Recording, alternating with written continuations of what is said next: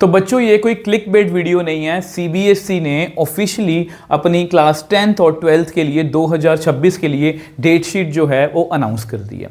जैसे ही बच्चे आप मेन वेबसाइट पे जाओगे, ठीक है, आप यहां पर क्लिक करोगे तो आपके सामने पहला नोटिफिकेशन यही ओपन होगा, date sheet for class 10th and 12th board examination 2026। ठीक है, अब जैसे भी इस पर क्लिक करोगे तो आपकी ऑफिशियल डेट शीट जो है वो डाउनलोड हो जाएगी। वैसे इसका लिंक जो है मैं नीचे डिस्क्रिप्शन बॉक्स में भी दे दूंगा।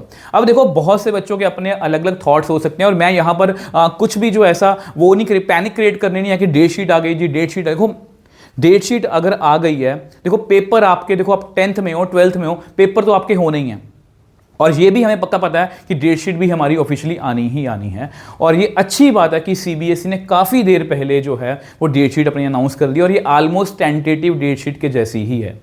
मतलब ये अच्छी बात है कि सीबीएसई ने अपनी डेट शीट जो है वो काफ़ी पहले अनाउंस कर दी है, क्योंकि ये एक बटन की तरह है कि अब ऑफिशियल अनाउंसमेंट हो चुका है, अब हमें अपनी प्रिपरेशन करनी है, पैनिक नहीं होना।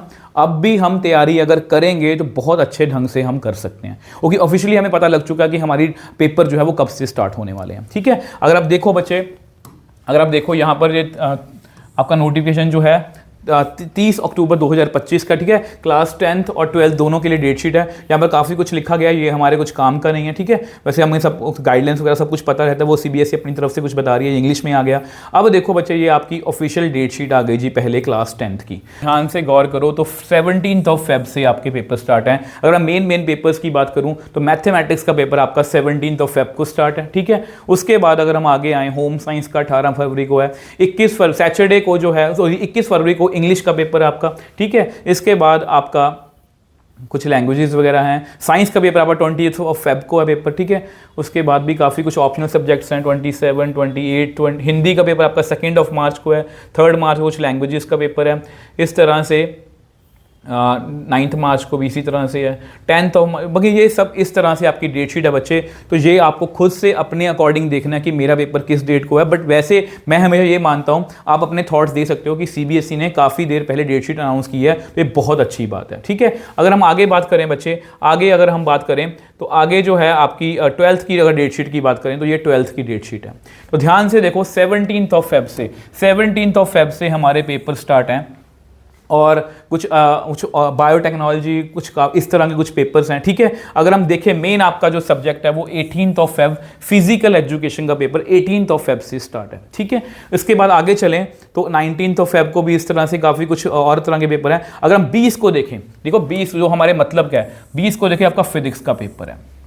अब देखो बच्चे, अब हो सकता है किसी बच्चे को लगे कि फिजिक्स के आगे एक ही छुट्टी है, बट बच्चे हमें मैनेज करना पड़ेगा, बाकी आप खुद से सोच के देखो, आपको खुद कमेंट सेक्शन में लिखना कि क्या फिजिक्स का पेपर पहला भी किया जा सकता था, जिससे कि फिजिकल का पेपर नीचे होता, फिजिक्स का पेपर ऊपर होता, तो उससे शायद मुझे लगता है कि ज़्यादा अच्छा होता। बाकी आप अपने थॉट्स जो है वो नीचे कॉमेंट सेक्शन में लिख सकते हो। ठीक है, अब देखो बच्चे, आगे अगर हम बात करें उसके बाद है जी 24th ऑफ फेब को अकाउंट्स का पेपर है। ठीक है, 26th ज्योग्राफी, ओके, 28th को देखो ध्यान से बच्चे, केमिस्ट्री का पेपर है।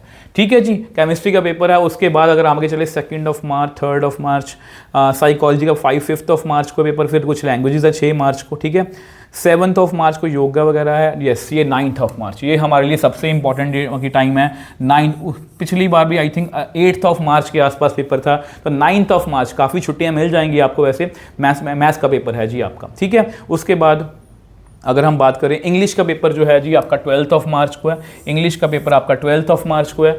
आगे चलते हैं जी, आगे आ गया होम साइंस वगैरह, हिंदी इलेक्टिव का 16th ऑफ मार्च को है। इकोनॉमिक्स का पेपर जो है बच्चे वो 18th ऑफ मार्च को है। उसके बाद है जी मार्केटिंग, पॉलिटिकल साइंस, बायोलॉजी का पेपर जो है 27, काफ़ी इसमें गैप पड़ जाएगा। वैसे बिजनेस स्टडीज़ का पेपर भी 28th ऑफ मार्च को है। फिर हिस्ट्री का 30th ऑफ मार्च, ओके, आगे भी है, काफ़ी डेट शीट लंबी है।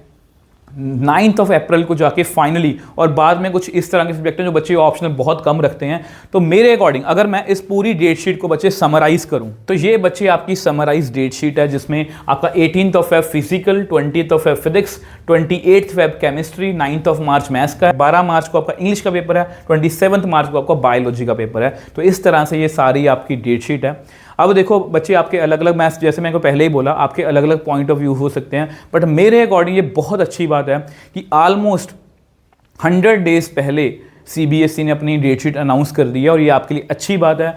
हमें अभी से, अगर आप अभी तक मतलब कि वो ट्रिगर्ड नहीं हुआ आपको, मतलब कि वो बोलते हैं ना कि वो आपका वो अभी तक आपको वो पैनिक क्रिएट नहीं हुआ, क्योंकि मन में थोड़ा बहुत पैनिक भी होना चाहिए, डर भी होना चाहिए कि यस अब हमारी ऑफिशियल डेट्स जो हैं वो अनाउंस हो चुकी हैं और अब हमें पढ़ना स्टार्ट करना चाहिए। और जैसे ही आप ये वीडियो देखते हो इसके बाद आपको एक और वीडियो मतलब कि आपको हमारे चैनल पर मिलेगी जिसमें मैं बताऊंगा कि किस तरह से हम इन 90 दिनों में जो जितने भी दिन रह गए हैं उसमें बेस्ट तरीके से हम तैयारी कैसे कर सकते हैं, बेस्ट तरीके से free notes, free video lecture, सब कुछ आपको फ्री ऑफ कॉस्ट मिलने वाला है। बस आपको हमारे मिशन बोर्ड 2026 से जुड़ना है बच्चे। बाकी आपके किसी भी तरह के, देखो आपने किसी भी तरह का कोई पैनिक क्रिएट नहीं करना, ठीक है। बहुत ठंडे दिमाग से डेट शीट को अपना लिख लो, कहीं पर लिख के रख लो और अपनी तैयारी जो है वो प्लान करो कि किस तरह से हमें प्रेपरेशन करनी है। वीक पॉइंट, स्ट्रॉन्ग पॉइंट सब कुछ लिख के रखो। अगर आप इस तरह से तैयारी करोगे बच्चे, मैं आपके साथ जब तक आपका पेपर नहीं होता मैथ्स का, मैं आपके साथ खड़ा रहूंगा। और इसी तरह से बच्चे मिलेंगे नेक्स्ट वीडियो में। बाय बाय मेरे टॉपर्स।